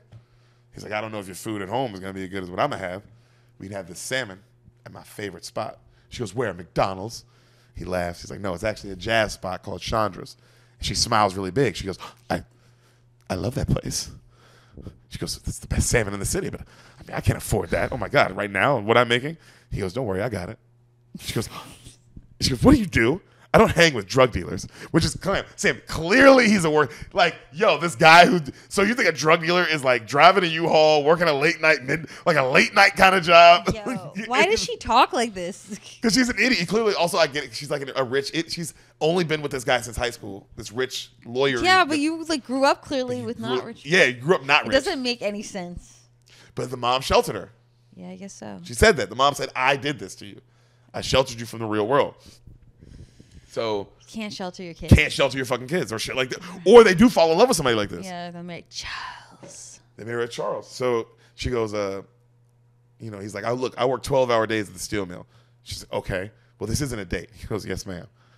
So they're at the restaurant and they're eating. She's like so happy. She's like loving the food. And he's staring at her. And she's like, what you looking at? He's like, a beautiful black woman. Oh. What's wrong with that? It's so funny. What's wrong? You don't like that? Yo, the dialogue choices are so interesting. It's just wild. Yeah. It's so interesting. She goes, is that all you see when you're looking at me? Which is crazy. He said a beautiful black woman, and she said, that all you see when you look at me? He goes, not at all. I see a woman who's been hurt a lot and taught herself how to be tough. But the key is to be tough and not hard. She goes, how would you know? Oh, I had to learn it myself. She goes, that what you tell all your women? I don't have women. I had a bad breakup last year, and I've been happily single ever since. It's quiet, and you hear like the jazz singer, and the jazz singer is singing about like new love, you know? And she goes, so what did you do? He goes, what do you mean? She goes, men always do something. Did her looks change? Did you grow tired of her? He goes, no. Which I think is like, bitch, what the fuck are you talking about? Even if I did say that, why would I agree? Why would I be like, yeah, that's what it was? He goes, no. She decided she wanted a pro ball player. A lot more money than I had, so she left me. How come it's like you're either with the most successful lawyer or a pro ball player or some guy who works 12-hour shifts at the steel mill? Like, those are the only options. Teachers aren't real. Firefight, like, you know, guys with regular jobs. You just like standard like job sales jobs. Bank people that work at the bank. And I'm just like, you know, you're manager of a Bank of America, like your regular a person at a Chase. Construction real workers. estate, construction. Like, people, there's so many jobs. People work for the city. The steel mill? People like work for the Parks Department. Where are we? Where is this taking place? Atlanta. Oh yeah, Atlanta. So right then he asked her to dance, and she's like, "No, I'm in my work uniform." He goes, "Look at me." And he's in his. She's like, oh. So they dance, and you see her like her angle, right? Like you see them dancing and him holding her, and she's like, "Dear diary, this man is so fine. How does he know I like to be held like this? Ooh, I wanted to run, but he felt so good. Jesus, just let this man let me go before I lose my mind. Oh, he smells so good. Please just let him say something stupid so that I can end this." And then right then he whispers, "This is like a fairy tale." And she's like, "Oh, no, he didn't. He gonna say the right thing." And then she goes, "I don't believe in fairy tales anymore." And then she leans back and she goes, I can't believe this is what Tyler Perry thinks women think. Sam, it's not what he thinks women think. It's what he knows. This Well, movie, he's been on this and movie he knows. made like $500 million in the box office. I mean, like 500 million. Like, Sam, you think he didn't tap into something? Well, yeah, he did. It's just, ugh. She goes, "I've never been this close to any other man in my life." And he's like, "Really?" She's like, "Ever?" And they're just holding each other, right? She goes, "Other than my husband, ex-husband, Charles, that was his name. He knows. He hired him. He was supposed to be my fairy tale. He was my first, my only." She gets all sad, but he stares at her so lovingly, right? He takes her home. He's like, "You know, I'd like to see you again." She's like, "Oh, I don't know." And he's like, "Look, I just got out of a relationship." And he goes, "I just got out of a relationship and I understand." She cuts him off. She's like, "Look, I can't do this. It's too much." And he goes, "Hey, it's easy to say no out of fear, right? But maybe this one time, just take the hard road. Like, what's wrong with being friends?" She goes, "Nothing, I guess." And he goes, "I'll see you tomorrow." And she's like, "Okay, I'll see you tomorrow." So late at night, we see Deborah, the crackhead. Uh-huh. She's ringing a doorbell. It's Tyler Perry. He answers. So, and he's like, oh. Cut to, you see her eating in the kitchen. He's just staring at her like this. This is a crazy, dark scene. This scene Wait, right is here. this Deborah? Is this Tyler Perry's Him as himself, the as lawyer. himself, who's with Deborah? They're married. Okay. And she comes in, and it's like late at night, like 3 in the Yeah. morning, and he's like sitting in the kitchen, and she's just like scarfing down food. Uh-huh. She was hungry. Yeah. And he's just like, oh. Which is like, that's what I'm saying. Like, that's a dark moment. Because what do? This is your ex-wife. What are you not going to let her eat? She's hungry. Like, but you're like, oh, the kids are upstairs. Like, Yeah. how mad are you at me? But you're not going to let me eat? Like, this is a dark scene. And he goes, "When you finish, you need to leave." And she stops eating. She's like, "I got nowhere to go." He goes, "What do you want me to do? Open the house? Give you the keys again? You put me and these kids through enough. You need to go." And she's like, And she looks up, and there's still family pictures up. And she goes, you still have the pictures up? What happened to us? He goes, you happened to us. And she starts crying. She goes, I don't want to be like this anymore, Brian. Help me, please, help me. He goes, no. I fall for this every time, Deborah. That's what I'm saying. This scene is like, yo, this poor guy. I fall for this every time. And then I wake up, and what? My wallet's gone. This is gone. The TV's gone, or something else. And she goes, Brian, please. And she gets up, and she touches him. She's like, I can make you feel good. He goes, get off of me. You have to go. And then she stops. She's like, I'm really trying to get better, Brian. And then she leaves, right? You hear gospel music start playing. But it's like black gospel music saying, what if God was one of us? You see Deborah on the streets doing heroin. Just a slob like one of us. Yo, this movie's fire. I don't give a fuck what anybody says. Just a stranger on the bus. Like, this so black. It's so good. And you see Helen, Deborah on the streets doing heroin, Helen on dates with Orlando. She's so happy. They're getting super close. They're kissing. They're touching. He's picking her up from work every day. You see Brian one day, he brings his kids to Medea's house. And the daughter's all mad. She tells Madea that, Dad won't let me sing in the church choir. And then Medea's like, girl. And then the daughter storms out. And then Medea's like, boy, just because your wife did drugs, don't mean your daughter's going to get into drugs just because she's singing. That ain't how that work. And then he's like, she goes, Medea's like, Deborah came here the other day. She said you kicked her out. And she's like, he's like, what am I supposed to do? Just keep trying to help her? She's like, yes, that is what you're supposed to do. You keep trying to help her. Madea, I can't keep putting the kids through that, yada, yada. You need to help that woman no matter what. All right? You would love that woman more than anything with all your might. I see it in you. And at the same time, if you keep trying to help her, it might help yourself because you ain't let her go yet. So keep trying to help if you're not going to let her go. Which is true. It's like, well, if you don't keep her, like, because also it's like, damn, what do you do other than keep trying to help? What do you do in that situation? What advice would you give your daughter or your son? Because clearly this is his son. So if you get a son and he fell in love and his wife gets addicted to drugs, yada, yada, what do you tell him? Do you tell him stop trying to help?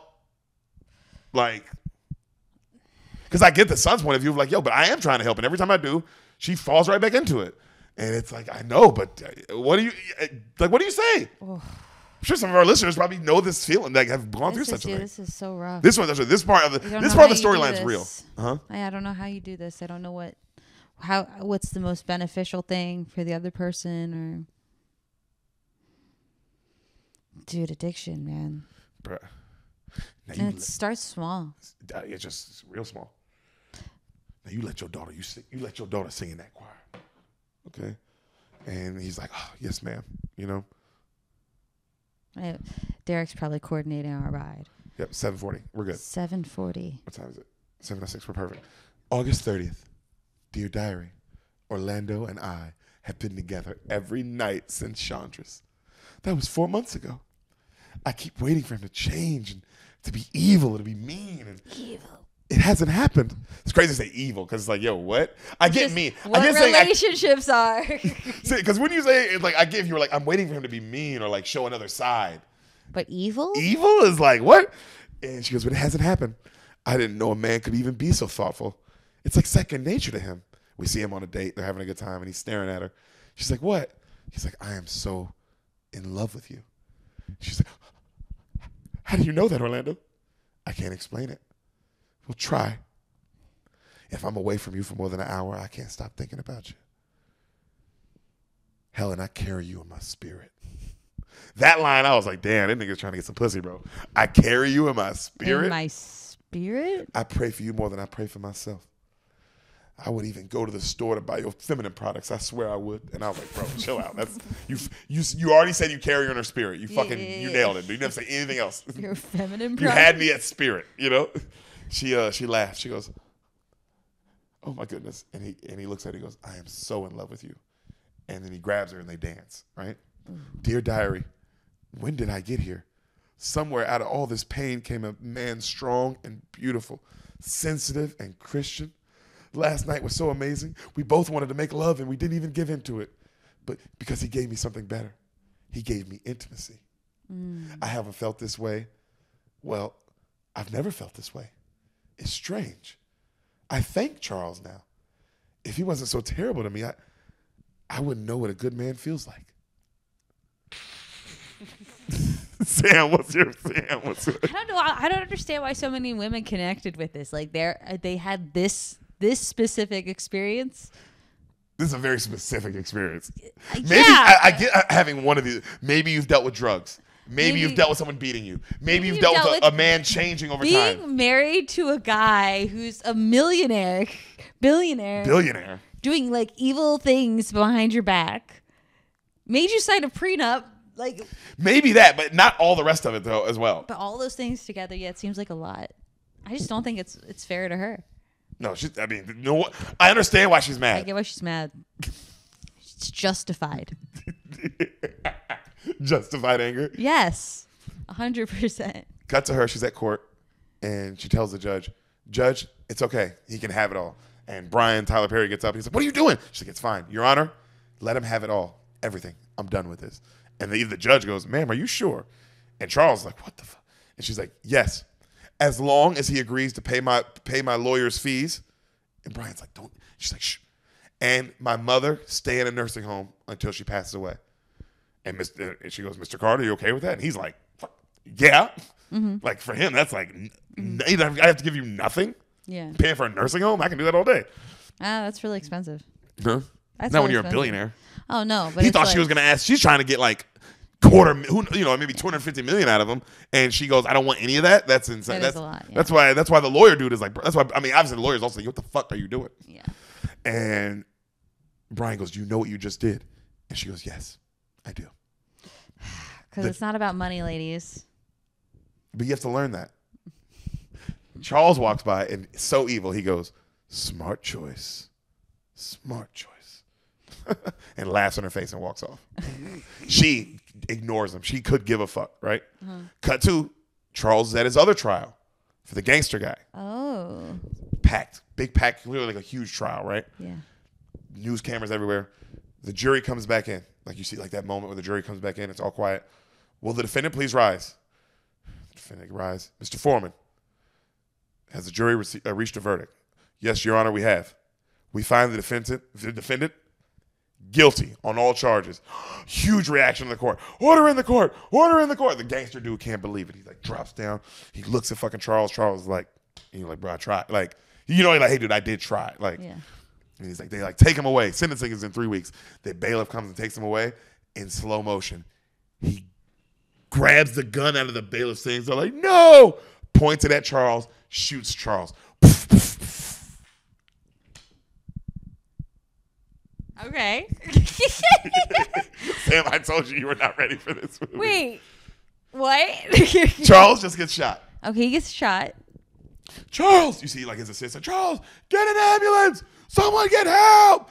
Courtroom's going crazy. Cut back to we see Orlando and our girl, they're kissing. And he looks at her, he goes, do you love me? And she leans back. She's like, Orlando. He's like, Helen, my heart is yours. And your actions and something he said, something tells me that by all your actions and how I think your heart feels that you feel the same way, but you still haven't said it. And she goes, Orlando, the last man I said that to, he cuts her off. He goes, please don't make me pay for his mistakes. If you love me, just say it. Trust me. I won't abuse it. I promise. But I need to hear you say it. Yes. I love you, Orlando. She's like, well, now what? Now what do we do? He goes, that's it. That's it. We just trust it from this moment on. She's like, I love you. I love you, baby. She wakes the next morning. She goes to the bathroom. She's all happy. And she's washing her face. And she looks at her hand. There's a big ring on it. Orlando? What? She looks out and he's like, I know you don't believe in fairy tales. But if you did, I'd want to be your knight in shining armor.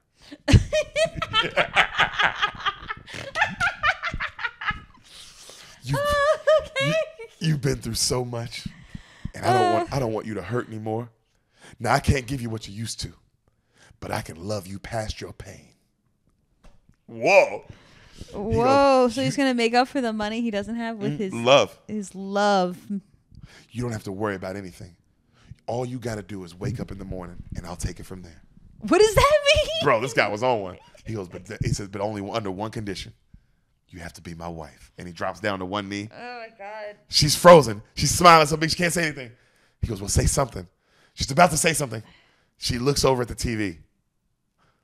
Charles McCarter shot. Breaking news. Oh, my God, Orlando, I have to go. Wait, what do you mean, Helen? I'm so sorry. Helen, where are you going? She runs out the house. Wow. Really? That doesn't make any sense. What do you mean? What? This woman is crazy. What do you mean? You have Orlando. Yo, this man's going to love you past your pain? Past your pain. He's hot. Way hotter than Charles. He's like, you don't have to do anything. You just wake up and I'll do everything for you. What Like, does that mean? you still don't have to work. Because basically, you still don't have to work. You still don't have to work. But, like, I mean, obviously, I'm not going to be able to get you diamonds and a closet full of gowns. But you don't have to work. We can have kids. Mm-hmm. He was offering a pretty good deal. His deal's not bad. And he's like, yo, I'm so much hotter than that other guy. He's like, I'm super hot. It's also like, yo, look at my face. You think I can't pull? Like, what, you know I can get other women, right? And I'm a good Christian man. I love the Lord. I pray. I pray for you more than me. Where you think you gonna find? Like, yeah, bitch. And Charles gets shot, and you. Oh, Charles! Why does she talk like that? She's fancy. Oh, I talk fancy. It's like in The Glass Onion, rich bitch. Oh yeah, she does talk fancy. She goes to talk to the doctors, right? And they tell her, you know, she's there with the other woman. And they tell her, like, hey, he's not going to be able to walk again. He might be permanently paralyzed, yada, yada. And then the doctor goes, wait, I'm sorry, but who is his wife? And the other lady's like, I am. And then the doctor goes, okay, we need to know before we go into the surgery. It's very serious. If things go bad, should we resuscitate? That's your call. And the other lady's like, no. And Helen goes, yes, you will resuscitate. And then Brian guy's there, Tyler Perry. And he's like, legally, for the next, you know, until they just got divorced, but the paper's not going to go through for 30 days. So technically, she is still his wife. And they go, okay, well, you can make the call. And she goes, help him, do whatever you can do to help him, make sure he survives through this. And the other woman's like, what quality of life will he have? He can't even walk. Why are you even fucking here? And then Helen goes, why are you here? And she goes to kill her, and Tyler Perry has to grab her, which I understand.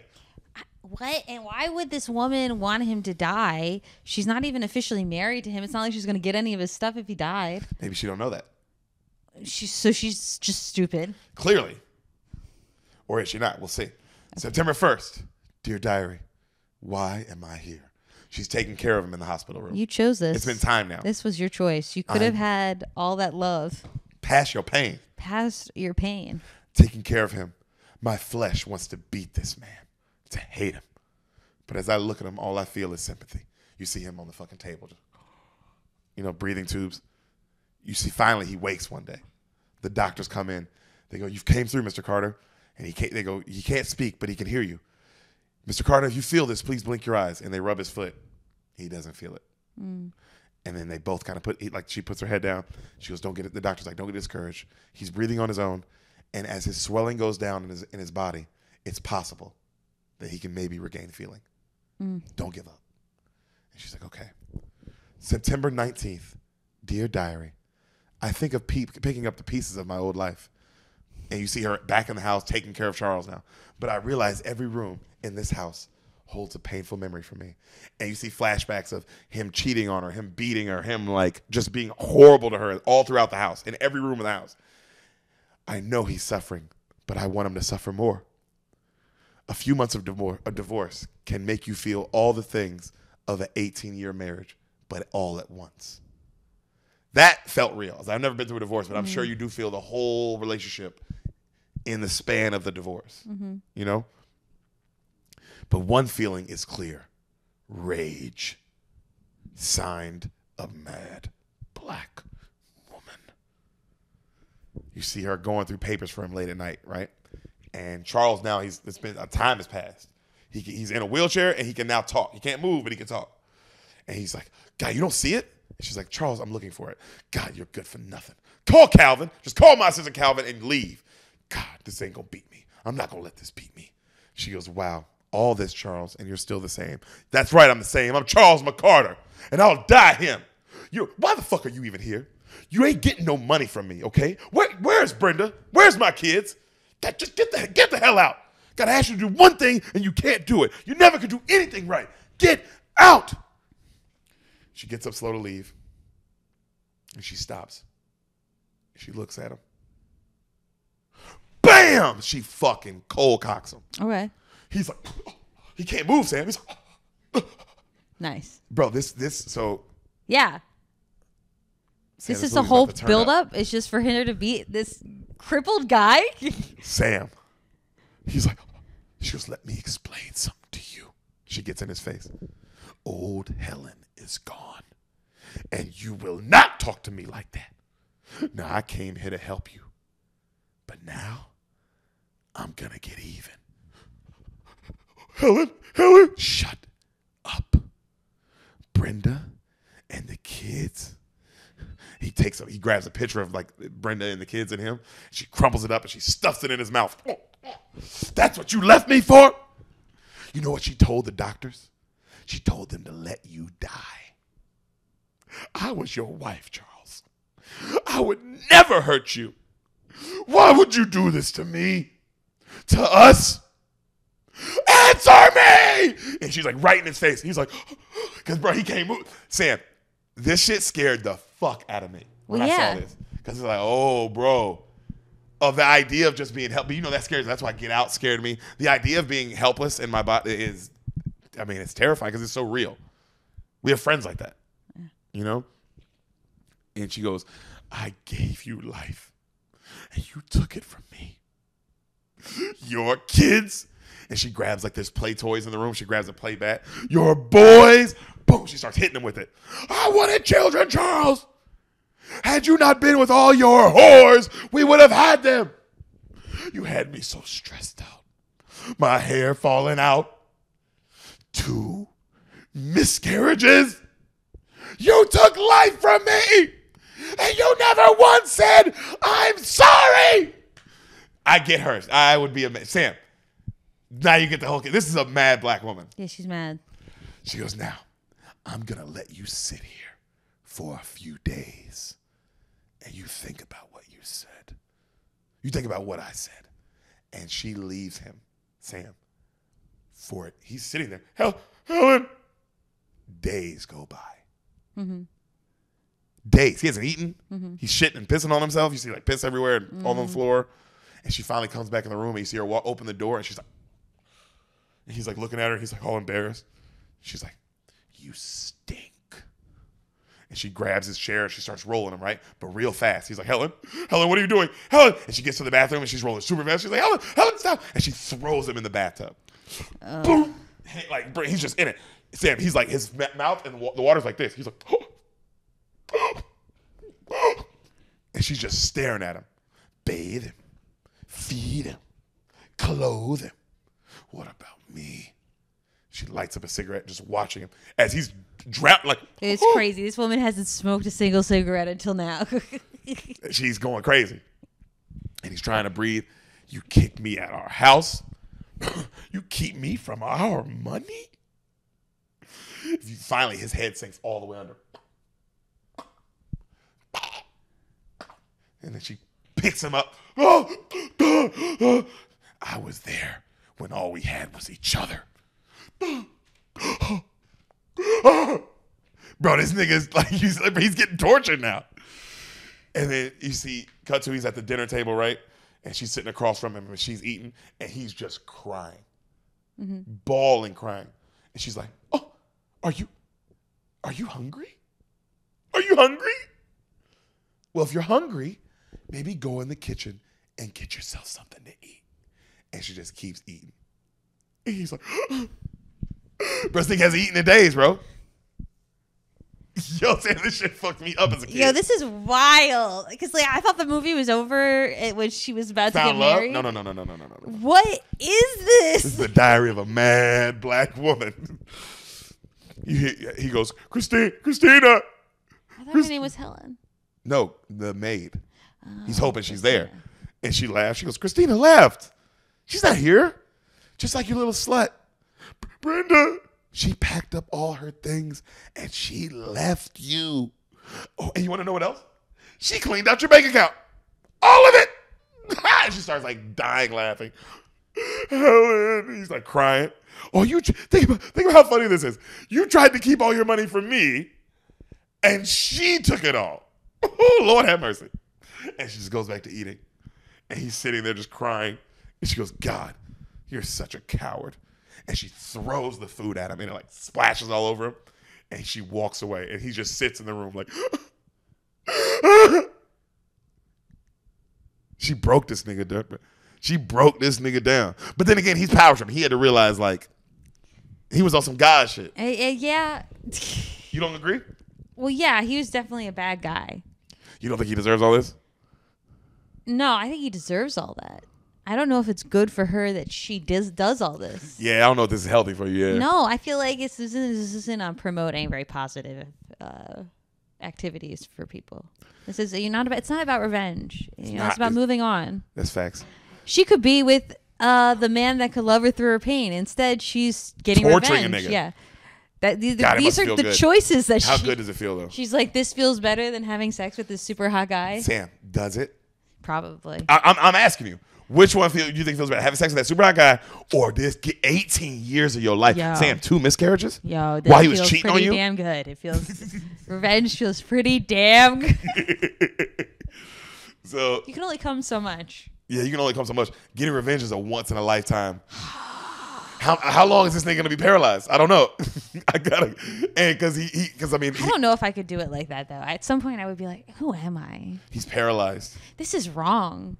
Because am I no better than him? That's really what you would have to ask yourself. Huh? That's what you're Damn. doing. Because you're just doing what he did to you because you were smaller and weaker. You're doing the exact same thing. He's now in a weak position, and now you want to be. Yep, you right. You right, bro. You right. It's not good for you. So Helen goes and sees Orlando finally. Yeah. And he sees her and he's like he can't believe. He's like, Helen, I haven't heard from you in 3 weeks. Which is crazy to go. If I'm seeing It's only been 3 weeks. Yeah, it's only been 3 weeks. Wow. But Sam, I remember when we first started dating. So from me and Sam's first date on, we haven't spent every day together since that first date. Since the first date to right now, we've been together I talked to this woman every day or been with her if I wasn't out of town or she wasn't out every day of our lives. Mm-hmm. All right? So yeah, even after those first 4 months, if you didn't talk to me for 3 weeks, I would be like, what the fuck? Yeah, I'd be like, well, it's over.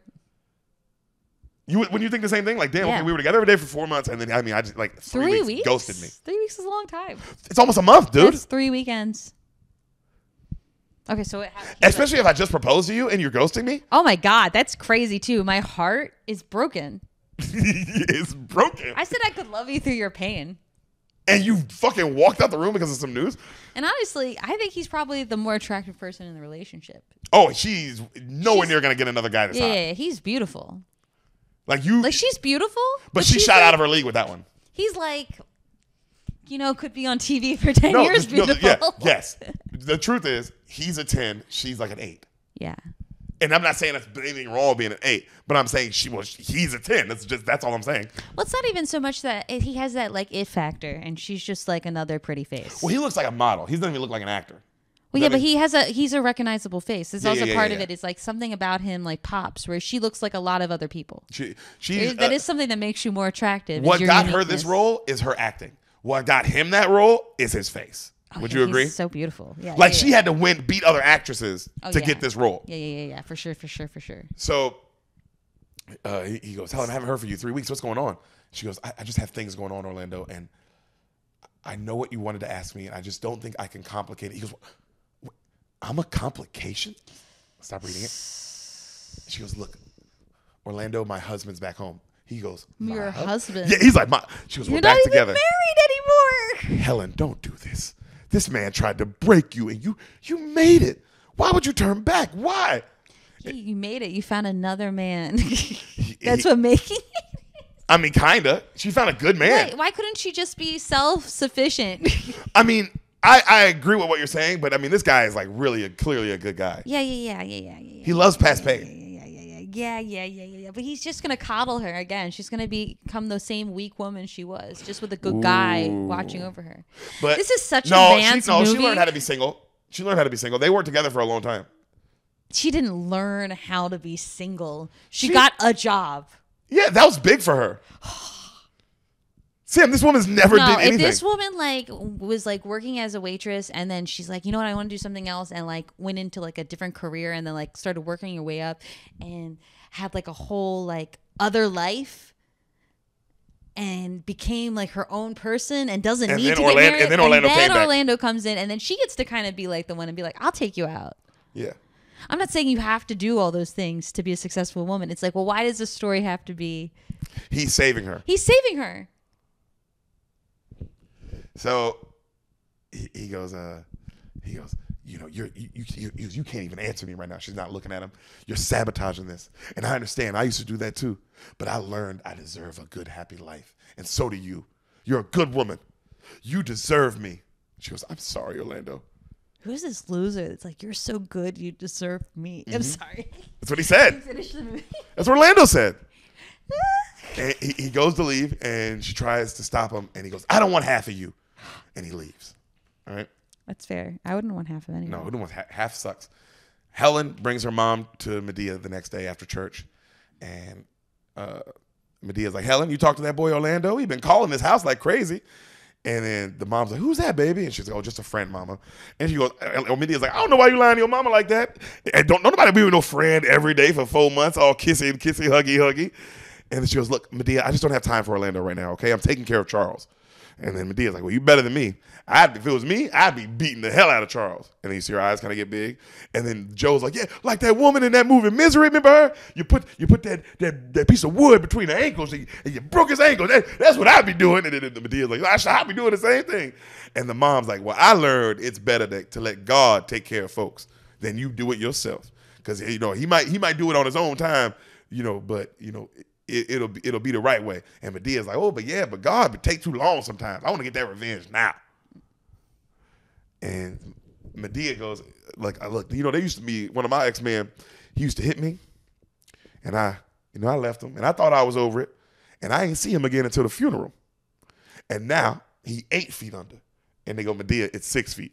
She goes, no, when I seen him, I beat him 2 more feet under there. And she goes, all I'm saying is this.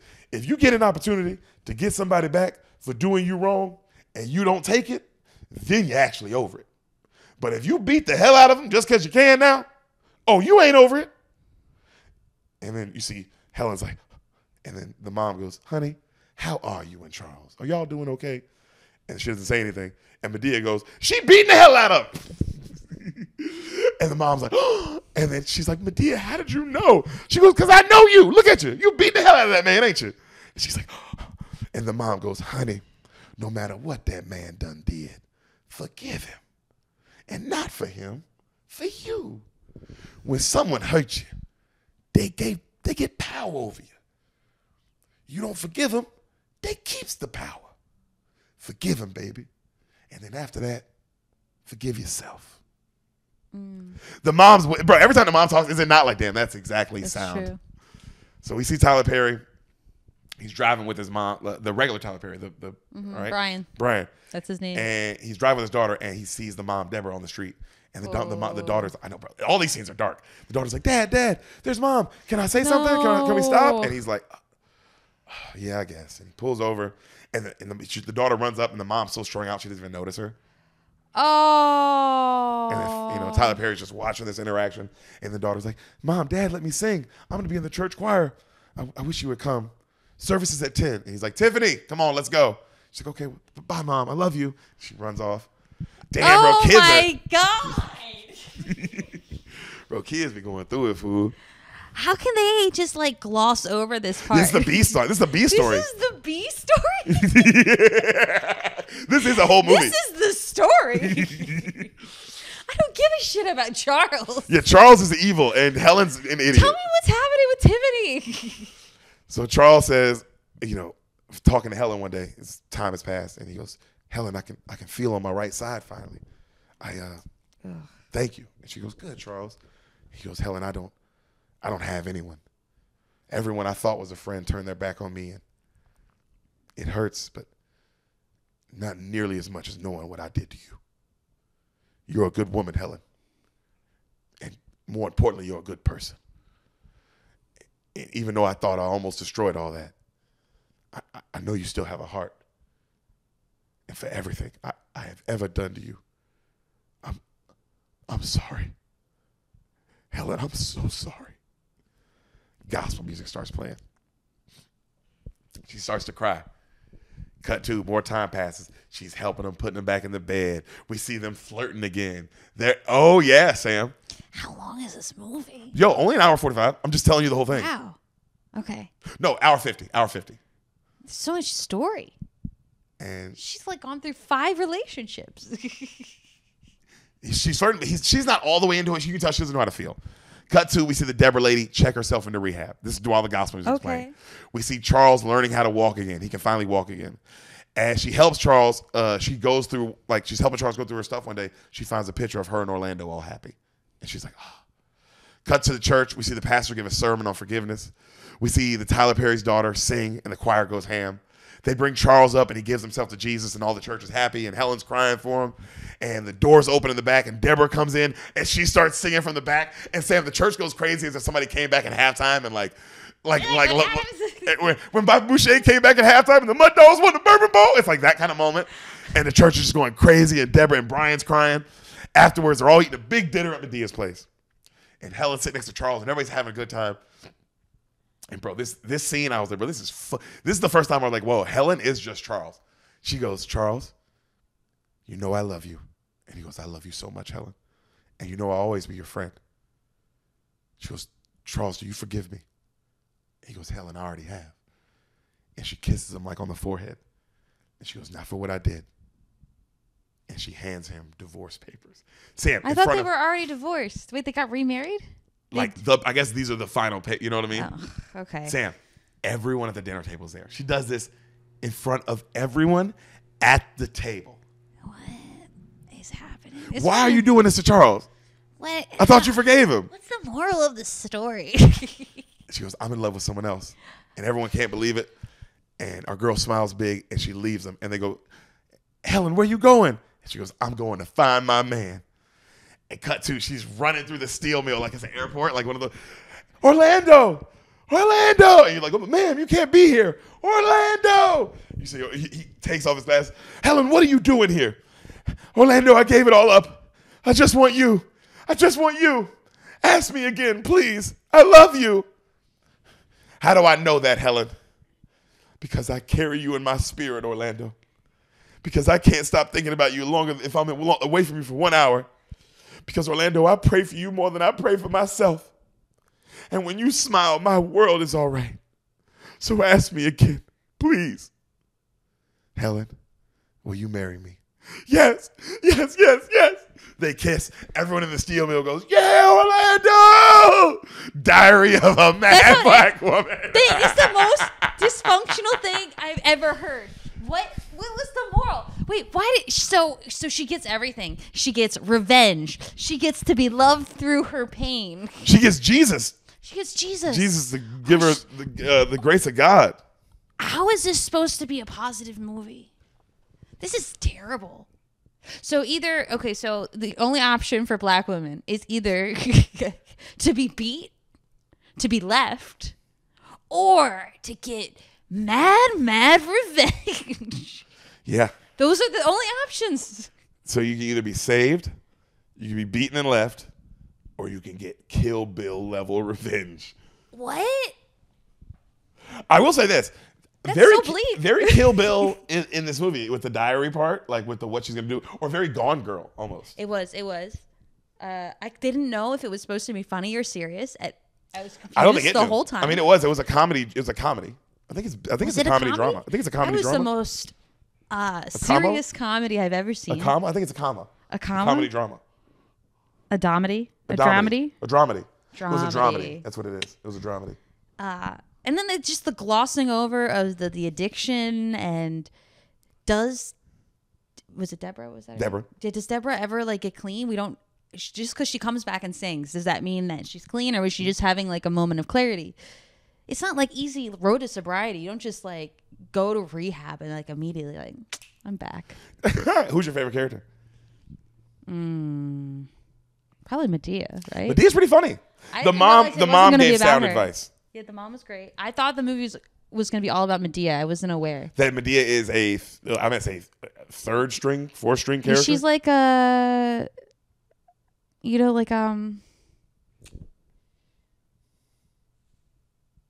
Kramer or something. Yeah, she's the comedic relief. Yeah. And but it is interesting that she is, I'd say, the third lead in this. I'd say it goes the girl, the light-skinned guy, and then Charles, and then her. And then maybe even Brian. And then maybe Brian. He's in it a lot, too. With the whole Deborah storyline that just the most tragic things you've ever seen. That was so much. Also, I want to know, in the real theater production, does Tyler Perry play all the characters as well? And how does he do that? I'm sure he did. That's a lot of work. Damn, no, I don't know. You're right. He wouldn't have been able to because they're in scenes together. Maybe he was in. Oh, you could play it though that you're not really in scenes together. On a play? With certain ones, like how many times does Brian and Madea actually interact? They interact, I think, twice throughout the whole movie. Yeah. The only problem would be the other character. The Joe and Madea character interact the whole time. They're always together. Yeah, so if you guys know about that, if you've seen the original play, write it in the comments. Yeah, I used to watch these plays growing up. My mom would have them on bootleg. No, my mom would have these on bootleg, just like every black household. And that's how I started watching these, man. Just like most young black kids is you come up watching Madea plays through bootleg videos. And I remember, what's funny is as corny and horrible or whatever whatever they were, they were always entertaining, just like this. Oh, that was so entertaining. This movie's entertaining as fuck, dude. Like, I get why it made so much money, and I get why studios and all this gave him, like, oh, Meryl, keep making these. It also has a sort of old feeling to it, like almost like vaudeville, like old school cinema. Yeah, almost, the way that you're meshing this comedy and drama so. And they're so extreme. Yeah, the extremes of the drama and to the extremes of the wow, we're laughing like this about beating a man. Yeah, we're just acting like that's so normal. And it was totally okay in the storyline. Yeah, it was justified, and everyone was like, "That's fine." Dude, it's a hell of a movie. That was the diary of a mad black woman. I hope you guys enjoyed it. I enjoyed it a lot talking to Sam. Sam loved it. I did. That makes me happy. B Mafia, we'll see you soon. In a couple of days, maybe. You never know, but definitely soon. I love you guys. Thank you for listening. And we'll be back with another banger in a week. Bye-bye. Bye-bye. Bye-bye. Oh, bye. Diary of a Mad Black Lady. You be mad. Let me kiss you.